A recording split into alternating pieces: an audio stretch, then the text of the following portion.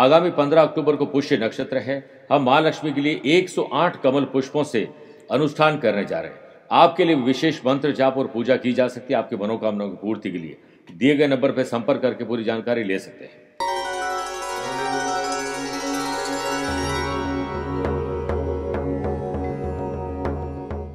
नमस्कार प्रिय साथियों, मैं हूं सुरेश श्रीमाली और आप देख रहे हैं 17 अक्टूबर से 16 नवंबर तक सूर्य नीच राशि के रहेंगे।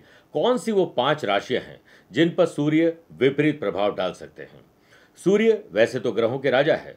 हमारे पिता के संबंध सूर्य से देखे जा सकते हैं। सूर्य आत्मविश्वास, आत्मसम्मान, हमारा हार्ट और साथ में हड्डियों और आंखों के कारक भी माने जाते हैं।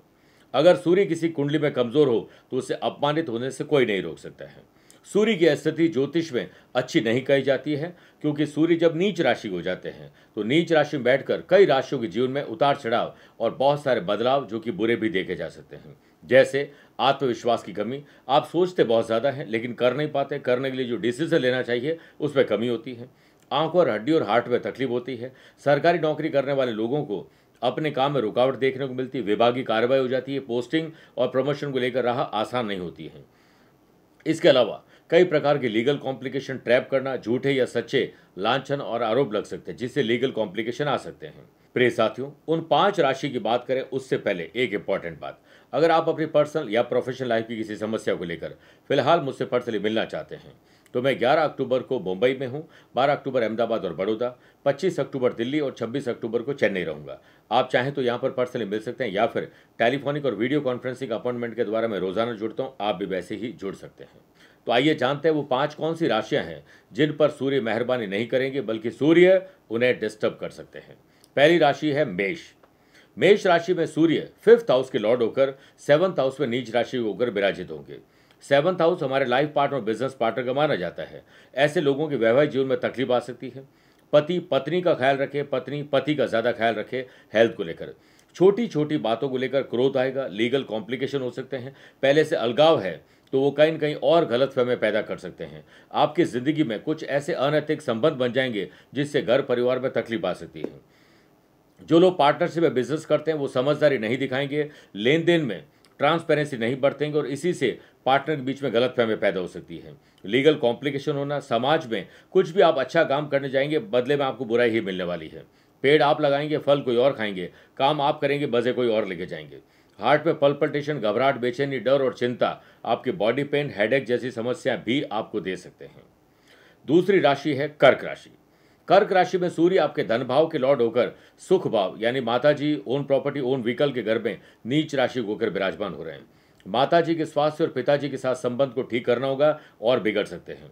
पारिवारिक जिंदगी में संतुलन बिठाने के लिए आपको त्याग करने होंगे और अपने स्वास्थ्य पर भी विशेष ध्यान देना है, क्योंकि हार्ट की तकलीफ आपको दे सकते हैं। ज़मीन और जायदाद से जुड़े हुए मुद्दों में आपको तकलीफ आने वाली है। हो सकता है आप कोई ऐसा ज़मीन का सौदा कर लें जिसमें आप और आपका पैसा फंस जाए, कोई लीगल कॉम्प्लिकेशन आ जाए। इसके अलावा पुरानी कोई चीज़ बेचेंगे तो उसका पैसा समय पर नहीं आ पाएगा। आर्थिक पक्ष को लेकर सावधानी बहुत रखनी होगी, क्योंकि पैसा फंसना, नुकसान और धोखा खर्चे बढ़ाकर कर्जे में भी डाल सकता है। मौज मस्ती में ड्रिंक और ड्राइव में चोट लगना, सर पर और किसी प्रकार की ऐसी तकलीफ जो हड्डी को लेकर हो, वो परेशान कर्क राशि वाले लोगों को कर सकते हैं। तीसरी राशि है स्वयं सिंह राशि। सूर्य आपकी राशि के लॉर्ड होकर अब 3rd हाउस, जो कि मारक भी माना जाता है, वो भाई बहन, डिग्निटी और कॉन्फिडेंस का घर है, उसमें नीच राशि होकर विराजमान हो रहे हैं। आपको भी कुछ परेशानी आने वाली भाई बहन को लेकर। आपका आत्मविश्वास थोड़ा कमजोर रहेगा। कुछ गलत फैसले आप करने वाले हैं। इसके अलावा अपनों के साथ तीखी नोकझोंक हो सकती है। आप समय काल में आप अपने काम को तय करें। योग, प्राणायाम, ध्यान, चिंतन का ज़्यादा सहारा लीजिए और एकाग्रचित्त मन बनाने की कोशिश करें। भाग्य इस वक्त आपका साथ नहीं देगा और आप अपने काम से भी अपने डिस्टर्बेंस को सामने देखेंगे, इसलिए एडवांस में प्रिपरेशन करना बहुत ज़रूरी है। अगली राशि है वृश्चिक राशि। वृश्चिक राशि में सूर्य कर्म और पिता के घर के लॉर्ड होकर अब नाश भाव 12th हाउस में नीच राशि को होकर विराजमान होने वाले हैं। पैसा अनर्गल खर्च होना, व्यर्थ के ट्रैवल होना, पैसा फंसना, नुकसान और धोखे के साथ खर्चे और कर्जे भी बढ़ा सकता है। आपको बेवजह की चीज़ों में खर्चे करने से बचना चाहिए। अगर आप बच्चे हैं यानी 15-16 साल की उम्र से कम है तो सर पर और आंखों में चोट लग सकती है। ड्रिंक और ड्राइव बड़ा नुकसान आपको दे सकती है। आपको अपने ही लोग आपके लक्ष्य से आपको भटकाने वाले हैं। काम के प्रति लापरवाही, ओवर कॉन्फिडेंस और दूसरों पर भरोसा आपके काम को डिस्टर्ब कर सकते हैं। बेवजह के दुश्मन आपके पैदा होंगे और ऑलरेडी दुश्मन है तो उससे घात हो सकती है। आपको हर हाल में अलर्ट रहना होगा और लीगल कॉम्प्लिकेशन, ट्रैवल और खर्चों को लेकर आपको लगाम लगाने की जरूरत है। अगली राशि है मकर राशि। मकर राशि के लॉर्ड बनते हैं शनिदेव, जो कि सूर्य के ही पुत्र हैं।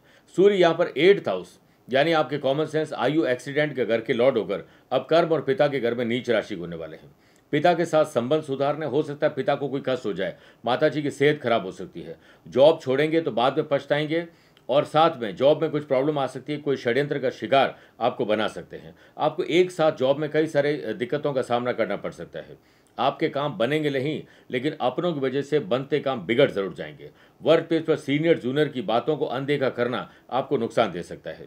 इस दौरान आपको हार्ट में तकलीफ, आंखों में तकलीफ, हड्डी की तकलीफ और हो सकता है कि किसी पर ज़्यादा भरोसा करना आपको किसी दुविधा में डाल दे। किसी और की दुविधा को दूर करते करते आप उसमें फंस जाएंगे। इसके लिए आपको हमेशा लीगल कॉम्प्लिकेशन को लेकर अवेयर रहने की ज़रूरत है और पैसों को बचा कर रखने की ज़रूरत है। आप कोई प्रॉपर्टी के मामले में फंस सकते हैं, ज़मीन जायदाद के मामले में कोई विवाद हो सकता है।